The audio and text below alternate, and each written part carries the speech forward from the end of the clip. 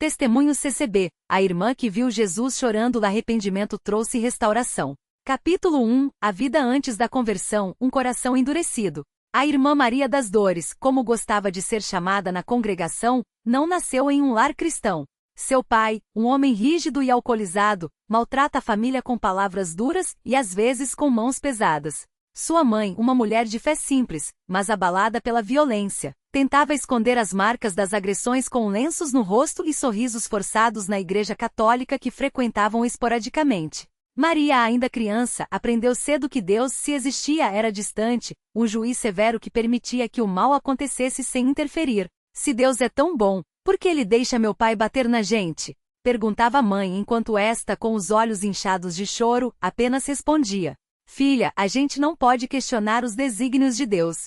Talvez seja um castigo pelos nossos pecados. Essas palavras ecoaram em sua mente por anos. Aos 14, após uma surra particularmente brutal, o pai a acusara de ter roubado dinheiro para comprar doces, quando na verdade era para comprar remédios para a mãe. Maria fugiu de casa. Não tinha para onde ir, então aceitou a oferta de uma vizinha que a levou para São Paulo, prometendo um emprego como doméstica. Mas a realidade foi muito diferente. Por 2 anos, Maria foi explorada em trabalhos pesados, dormindo em colchões sujos nos fundos de casas de família, comendo restolho e ouvindo xingamentos. Aos 16, conheceu um rapaz em um baile de periferia. Ele era bonito, falava coisas doces e, por um tempo, ela acreditou que havia encontrado um porto seguro. Mas logo descobriu que ele era traficante. Primeiro, a apresentou à maconha. Depois, ao crack. Isso aqui vai te fazer esquecer de tudo, Maria. Você não vai sentir mais dor. Ele sussurrava, enquanto acendia o cachimbo pela primeira vez para ela. E assim foi. As drogas a afundaram em um poço sem fundo. Por anos, Maria viveu nas ruas, prostituindo-se para sustentar o vício, sendo estuprada, espancada, humilhada. Até que uma noite, após uma overdose que quase a matou, ela acordou em um hospital público, sozinha, com um médico lhe dizendo: Você tem mais uma chance. Se continuar assim, da próxima vez não vai acordar. Mas Maria não tinha forças para mudar. O vazio em seu coração era maior do que qualquer medo da morte. Capítulo 2. O encontro com a palavra, um convite inesperado.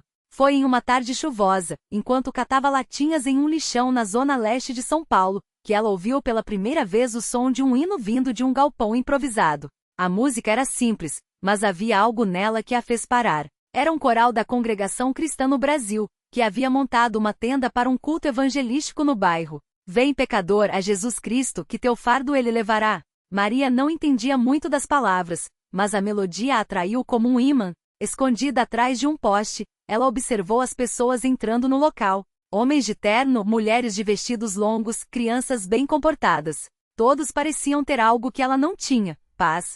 Uma irmã, percebendo seu olhar perdido, aproximou-se com um sorriso. Moça, você quer entrar? O Senhor Jesus te ama e quer te abençoar. Maria hesitou. Seu corpo fedia, suas roupas estavam rasgadas, e ela tinha certeza de que seria rejeitada. Mas a irmã insistiu, pegando-lhe pela mão com delicadeza. Aqui não tem julgamento. Só tem amor. Dentro da tenda, o ambiente era simples, mas cheio de uma energia que ela nunca havia sentido. Não havia instrumentos musicais chamativos, nem pregadores gritando. Apenas irmãos cantando com fervor, e um homem de idade, o presbítero, lendo a Bíblia com voz serena. Vinde a mim, todos os que estáis cansados e oprimidos, e eu vos aliviarei. Mateus 11h28. Aquelas palavras foram como uma faca em seu peito. Ela estava cansada, muito cansada, e pela primeira vez em anos, sentiu lágrimas escorrerem por seu rosto sujo. Capítulo 3. A luta entre a carne e o espírito. Eu quero, mas não consigo. Maria começou a frequentar os cultos, mas a batalha era árdua. O vício a chamava como um amante traidor, prometendo alívio imediato, enquanto a fé pedia paciência e arrependimento. Irmã, você precisa se decidir. Não pode servir a 2 senhores. Disse-lhe o presbítero em uma conversa particular. Ela queria mudar, de verdade, mas as noites eram as piores. O suor frio, as dores no corpo, as vozes do passado sussurrando: você não merece ser perdoada. Uma noite, após um culto de oração, ela se trancou no banheiro da casa de uma irmã que a acolhera e chorou até não ter mais lágrimas. Então, em desespero, olhou para o céu e gritou: Deus, se você existe, me mostra que o Senhor se importa, porque eu não aguento mais. Foi então que algo sobrenatural aconteceu. Capítulo 4. A visão que mudou tudo, Jesus chorando por ela. Maria não sabia explicar como, mas de repente não estava mais no banheiro. Estava em um lugar escuro, úmido como uma caverna. E ele estava lá. Jesus. Não era a imagem dos quadros que ela via nas igrejas católicas, um homem branco, sereno, com um manto imaculado. Ele estava sujo. Suas roupas estavam rasgadas, seu rosto marcado por lágrimas e sangue. E ele a olhava com uma dor que transcendia qualquer coisa que ela já havia sentido. Maria, por que você faz isso consigo mesma? Sua voz era um misto de tristeza e amor incondicional. Ela caiu de joelhos, tremendo. Senhor, eu não mereço, eu sou suja, eu sou uma pecadora. Jesus se aproximou e estendeu a mão. Quando seus dedos tocaram seu rosto, ela sentiu todo o peso do mundo ser tirado de seus ombros. Você não precisa merecer. Eu já paguei por você. Mas me dói ver você se destruindo assim. E então, ele chorou. Não eram lágrimas silenciosas. Eram soluços profundos, como os de um pai que vê seu filho se afogando e não consegue alcançá-lo. Maria nunca havia imaginado que Deus pudesse chorar por ela. Volte para mim, filha. Eu te espero. E assim como veio, a visão se foi. Maria acordou no chão do banheiro, com o rosto molhado, não só de lágrimas, mas como se alguém tivesse lavado seu rosto com água pura. Capítulo 5. O arrependimento genuíno, pecado confessado, pecado perdoado. No domingo seguinte, Maria foi ao culto determinada a entregar sua vida de vez. Mas o inimigo não desistiria tão facilmente. Enquanto o presbítero pregava sobre arrependimento, ela sentiu uma voz sussurrar em sua mente: você vai falhar de novo. Não adianta. Mas então, lembrou-se das lágrimas de Jesus. Quando o chamado para a confissão de pecados foi feito, ela se levantou, trêmula. Não havia microfone, não havia holofotes. Apenas ela, os irmãos, e Deus. Eu sou uma pecadora. Eu usei drogas, me prostituí e roubei. Sua voz quebrou. Mas eu não quero mais isso. Eu quero ao Senhor. O presbítero orou por ela, impôs as mãos, e os irmãos começaram a cantar: lava-me, Senhor, e ficarei mais branco do que a neve. Foi então que algo físico aconteceu. Maria sentiu como se correntes invisíveis se quebrassem dentro dela. Uma onda de paz a invadiu, e pela primeira vez em anos ela sentiu fome. Não pela droga, mas por pão espiritual. Capítulo 6. A restauração. Eis que tudo se fez novo. Os dias seguintes não foram fáceis. O corpo ainda pedia droga, mas agora ela tinha uma razão para resistir. As irmãs da congregação a acolheram, ensinando-a a costurar, para que pudesse ter um ofício, a ler a Bíblia e, acima de tudo, a orar. Irmã Maria, o diabo vai tentar te derrubar, mas lembre-se, maior é aquele que está em você. Dizia-lhe a irmã Clara, uma senhora que se tornou como uma mãe para ela. Um dia, enquanto lia Salmo 51, ela encontrou um versículo que a marcou para sempre. Cria em mim, ó Deus, um coração puro, e renova em mim um espírito reto. Ela orou daquele jeito, com lágrimas, e Deus respondeu. Pouco a pouco, as memórias do passado foram sendo substituídas por paz. Ela começou a ajudar outras mulheres em situação de rua, levando-as aos cultos. Muitas, como ela, encontravam em Jesus a força para mudar. Capítulo 7. O batismo. Sepultada com Cristo, ressuscitada para uma nova vida. O dia do seu batismo foi o mais feliz de sua vida. Vestida de branco, com um vestido simples mas imaculado, costurado pelas próprias mãos com a ajuda das irmãs, ela desceu as águas batismais com o coração transbordando de gratidão. Eu te batizo em nome do Pai, do Filho e do Espírito Santo, disse o presbítero enquanto a mergulhava nas águas. Quando emergiu, sentiu como se toda a sujeira do passado tivesse sido lavada. Os irmãos cantavam, algumas irmãs choravam de alegria. E ela, pela primeira vez, sorriu sem culpa.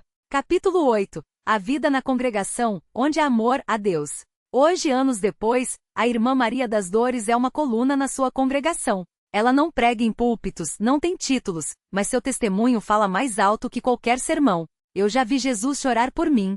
E se ele chorou por uma pecadora como eu, imagine o quanto ele ama você. Ela diz às irmãs que chegam quebrantadas à igreja. Ela agora lidera o ministério de visitação a presidiárias e dependentes químicos, levando a palavra de esperança onde poucos ousam ir. Seu marido, um irmão convertido que também teve um passado difícil, é seu maior apoio. A gente não escolheu o passado, mas a gente escolhe o futuro. E o nosso futuro é com Cristo. Ele costuma dizer. Capítulo 9. Lições de uma vida restaurada. Deus não desista de você. Maria aprendeu que, Deus não olha para o nosso passado, mas para o nosso coração arrependido. 2. A oração é a arma mais poderosa contra as tentações. 3. A congregação não é um lugar de pessoas perfeitas, mas de pecadores salvos pela graça. 4. Jesus chora por cada alma que se perde, e se alegra por cada uma que volta. Hoje, quando ela olha para trás, não vê uma ex-viciada, uma ex-prostituta, uma ex-rejeitada. Vê uma filha de Deus lavada, justificada e santificada pelo sangue de Cristo. E quando perguntam como ela conseguiu mudar tanto, ela responde com um sorriso: não fui eu, foi ele. Porque quando o homem diz não posso, Deus diz eu posso. Ponto. Epílogo, um convite à restauração. Se você está lendo esta história e se identifica com a dor de Maria, saiba uma coisa: Jesus está chorando por você também. Ele não quer que você continue se destruindo. Ele não quer que você viva na culpa. Ele quer te restaurar. Talvez você tenha tentado mudar e falhado. Talvez tenha caído 1000 vezes. Mas Deus não desiste de você. Como diz o hino da congregação cristã: vem, pecador, a Jesus Cristo, que teu fardo ele levará. Ele te dá descanso e vida. Se a ele te renderás. A decisão é sua. Mas a graça já está pronta. Fim do testemunho. Este relato é baseado em testemunhos reais de irmãos na congregação cristã no Brasil, adaptados para edificação espiritual. Que Deus abençoe cada coração que busca restauração. Testemunho CCB, a irmã que viu Jesus chorando do arrependimento trouxe restauração. Continuação expandida com novos detalhes, diálogos e eventos do cotidiano cristão na CCB, o reencontro com a família, lágrimas de perdão.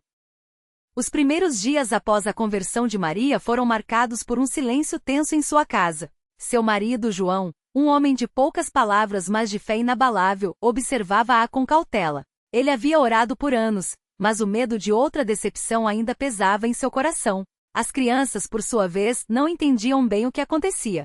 A mãe que antes gritava, quebrava pratos e sumia por dias, agora se ajoelhava no quarto por horas, chorando em oração. Foi numa tarde de sábado, após o culto, que o milagre do perdão começou a se manifestar. Maria preparou o jantar com mãos trêmulas, mas com um cuidado que há muito não demonstrava. O cheiro do arroz com feijão e da carne assada encheu a casa e as crianças, curiosas, espiavam pela porta da cozinha. Mãe, você tá doente? Perguntou o caçula, Lucas, de apenas 6 anos, puxando sua saia. Maria se abaixou, olhando nos olhos com uma ternura que o menino não reconhecia. Não, meu filho. Eu tava doente por dentro, mas Jesus me curou. João chegou em silêncio, ainda com o terninho do culto, e sentou-se à mesa. O peso do momento era palpável. Antes de servir a comida, Maria pegou a Bíblia que agora carregava consigo para todo lugar e leu em voz baixa. Lançai sobre ele toda a vossa ansiedade, porque ele tem cuidado de vós. 1 Pedro 5:7. João engoliu em seco. Aquela mulher não era a mesma que semanas antes, havia jogado seu prato contra a parede. Ele estendeu a mão sobre a dela, e foi então que as lágrimas caíram. Maria, eu perdoo você. Sua voz quebrada era quase um sussurro. Mas eu preciso saber, isso é para sempre? Ela apertou seus dedos com força, os olhos brilhando não mais de culpa, mas de uma determinação sobrenatural. É para sempre, João. Porque não sou mais eu que vivo. É Cristo em mim. As crianças, confundidas mas sentindo a paz que agora habitava aquele lar, se aproximaram. A filha mais velha, Ana, de 12 anos, abraçou a mãe pela cintura, e foi como se um rio de perdão inundasse aquele lugar. A família, pela primeira vez em anos, comeu unida. Não apenas em corpo, mas em espírito. A primeira reunião de oração. O choro que quebrou corações. Na semana seguinte, Maria compareceu à sua primeira reunião de oração na congregação. O templo, simples mas cheio da presença de Deus, estava lotado de irmãos que ela conhecia de vista, mas com os quais nunca havia trocado mais que um cumprimento frio. Muitas delas eram mulheres que, como ela, carregavam cicatrizes, algumas visíveis, outras não. A irmã Clara, uma obreira de cabelos grisalhos e voz firme, a recebeu com um abraço apertado. Filha, Deus te trouxe de volta. Agora é hora de ficar. Maria sentou-se nos bancos de madeira, as mãos tremendo. Quando os hinos começaram, ela não conseguiu cantar. As palavras do vem, pecador, ecoavam em sua mente, mas sua garganta estava fechada pela emoção. Foi então que a irmã Lúcia, uma jovem que havia sido restaurada de um passado de rebeldia, se aproximou e segurou sua mão. Eu também já me senti assim, como se não merecesse estar aqui, sussurrou Lúcia. Mas Deus não olha pro que a gente foi, Ele olha pro que a gente pode ser nele. Quando o irmão Paulo, o ancião, começou a orar, Maria sentiu algo se quebrar dentro dela. Não foram lágrimas silenciosas, foram soluços profundos, daqueles que vêm da alma. Ela caiu de joelhos no chão de cimento, e as irmãs ao seu redor a cercaram, orando em voz alta. Senhor, lava esta irmã no teu sangue. Quebra toda a cadeia, Jesus. Dá-lhe forças para caminhar, Pai. O irmão Paulo, com sua voz grave e cheia de unção, impôs as mãos sobre sua cabeça. Irmã Maria, o sangue de Jesus te purifica de todo pecado. Você não é mais escrava. Você é filha de Deus. E foi ali, entre irmãos que não a julgaram, mas a levantaram, que Maria sentiu pela primeira vez o peso da culpa ser tirado de seus ombros. Não foi um alívio momentâneo, foi uma libertação.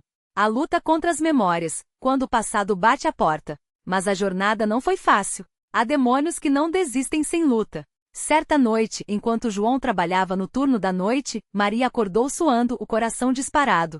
Sonhara com os bares, com as risadas vazias, com as mãos que a puxavam de volta para o abismo. Ela se levantou, trêmula, e foi até a cozinha. A tentação era como um fogo queimando suas entranhas. Você não vai conseguir. É muito difícil. Só uma vez. Foi então que lembrou das palavras do irmão Mateus, um obreiro que havia sido alcoólatra por 20 anos. Quando a tentação vier, não lute sozinha. Clame por Jesus. Ele já venceu o inferno por você. Maria caiu de joelhos ali mesmo, no chão frio da cozinha, e começou a orar em voz alta, como se estivesse em batalha. Senhor, eu não quero isso. Eu te escolho. Cobre-me com teu sangue, Jesus. E então, como um sopro divino, veio à sua mente a imagem de aquele que chorara por ela. Não o Jesus distante, mas aquele cujos olhos estavam cheios de lágrimas quando a viu no fundo do poço. Eu te amo mais do que o seu pecado, parecia dizer aquela voz. Ela pegou a Bíblia e leu Salmos 34, 19. Muitas são as aflições do justo, mas o Senhor o livra de todas. E pela primeira vez acreditou. O batismo, morrer para o mundo, nascer para Cristo. O dia do batismo de Maria foi marcado com uma alegria que contagiou toda a congregação. O tanque batismal, simples mas sagrado, estava cheio de água, simbolizando a morte para o velho homem e o nascimento para uma nova vida. Enquanto descia as escadas de madeira, vestida com o longo vestido branco que todas as irmãs usavam naquele momento solene, Maria sentiu o coração bater forte. O irmão Paulo, que a batizaria, olhou para ela com um sorriso paternal. Irmã Maria, você tem certeza que quer seguir a Jesus, não importando o custo? Ela olhou para a água, lembrando de todas as vezes que havia se afogado em pecado.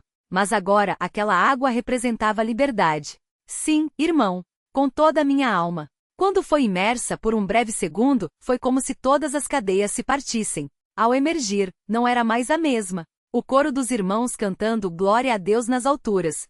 Soou como o céu se abrindo. João, na plateia, chorava sem vergonha. Ana e Lucas pulavam de alegria. Agora você é nossa irmã em Cristo, disse a irmã Clara, abraçando-a forte. E nada vai te separar do amor de Deus. O ministério do perdão, ajudando outras almas feridas. Com o tempo, Maria começou a ser usada por Deus para alcançar outras mulheres que, como ela, estavam presas em vícios, traumas e culpas. Não era um trabalho fácil. Muitas vezes ela era rejeitada, xingada, até ameaçada por maridos de mulheres que não queriam se libertar. Mas ela persistia porque sabia o que era ser uma ovelha perdida.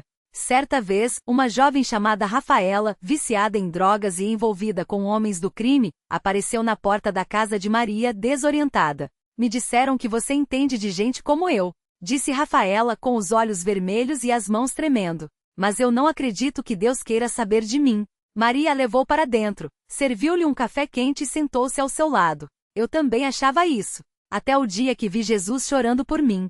Rafaela olhou para ela, incrédula. Você viu Jesus? Vi. Não com esses olhos. Maria apontou para o coração. Mas aqui. Ele chorou por mim como chora por você agora. E então, com paciência, Maria compartilhou sua história. Não como alguém superior, mas como uma irmã que entendia a dor. Rafaela chorou por horas. Mas naquela noite ela aceitou ir à reunião de oração. E meses depois também foi batizada. Aprovação, quando a fé é testada. Nem tudo foram rosas. Um ano após sua conversão, Maria enfrentou uma das maiores provações. João perdeu o emprego. As contas se acumularam, e o desespero começou a bater à porta. Alguns amigos do passado apareceram, oferecendo ajuda fácil. Maria, você não precisa passar fome. A gente conhece uns caras que pagam bem, disse uma ex-colega com um sorriso falso. Maria sentiu o estômago revirar. Era a mesma isca de antes. Mas desta vez ela tinha algo que não tinha antes, uma família em Cristo. Naquela noite, na reunião de oração, ela se levantou, trêmula, e compartilhou sua angústia. Irmãos, eu não quero voltar atrás. Mas não sei como vamos sobreviver. O irmão Paulo se levantou, colocou a mão em seu ombro e orou. Pai, Tu és Jeová Jiré, o Senhor que provê. Abre os céus para esta irmã, como abriste para Elias, para a viúva de Sarepta, para todos os teus filhos. No dia seguinte, um irmão da congregação, dono de uma padaria, ofereceu a João um trabalho temporário. Não era muito, mas era suficiente. E assim, mais uma vez, Maria aprendeu: Deus nunca falha. O culto de ação de graças, quando a restauração é completa. 5 anos depois, Maria estava de pé diante da congregação, compartilhando seu testemunho. Seu rosto já não tinha as marcas do pecado, mas a luz de quem havia sido transformada. Eu já fui uma mulher morta, mas Jesus me ressuscitou, disse ela com a voz firme. Se ele fez isso por mim, pode fazer por você também. João, agora um diácono, estava ao seu lado, orgulhoso. Ana e Lucas, já adolescentes, serviam no coral da mocidade. A família que quase se destruíra agora era um farol de esperança para outros. No final do culto, uma mulher desconhecida se aproximou de Maria, com os olhos cheios de lágrimas. Eu ouvi sua história. Eu também preciso de ajuda. Maria sorriu, lembrando-se de como tudo havia começado, com um choro, com um chamado, com um Jesus que não desistira dela. Então você veio ao lugar certo, disse Maria, abraçando-a. Porque aqui você não vai encontrar julgamento. Você vai encontrar amor. Epílogo, um convite que nunca expira. Se você está lendo esta história e sente que sua vida é um deserto, saiba, Jesus está chorando por você também. Talvez você tenha caído 1000 vezes. Talvez tenha traído, mentido, roubado, se destruído. Talvez ache que não há mais esperança. Mas Deus não olha para o que você foi. Ele olha para o que você pode ser nele. Na congregação cristã no Brasil não há espaço para hipocrisia. Há espaço para arrependimento, para restauração, para milagres. Como diz o hino que tanto edificou Maria. Oh, quão dulce é confiar em Jesus. Descansar sobre seu peito de amor. Quão suave é ter a Jesus por guia. E ter nele paz, gozo e valor. A decisão é sua. Mas a graça? Ela já está estendida. Fim do testemunho. Baseado em relatos reais de irmãos na CCB. Que Deus abençoe cada coração que busca restauração.